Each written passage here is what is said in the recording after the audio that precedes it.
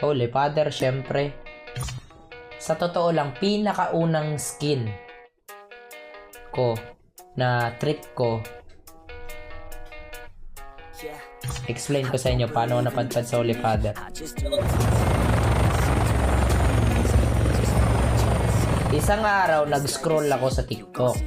May nakita akong mga COD player na itong skin na to kay Pride to, itong skin na to kay Synth Gaming, itong skin na to kay Tokyo Gaming. Kumbaga pag makita mo yung skin na yun, si ano yun. Sabi ko sarili ko, gusto ko rin magkaano ako. Gusto ko rin magkaroon din ako ng sarili kong skin na pag nakita nila, uy, si ano yun na. Si ano yun na. Yun. So ang ginawa ko, dahil wala akong makitang skin, Boss J pa pangalan ko nun, ito ang ginawa kong skin. Itong orange.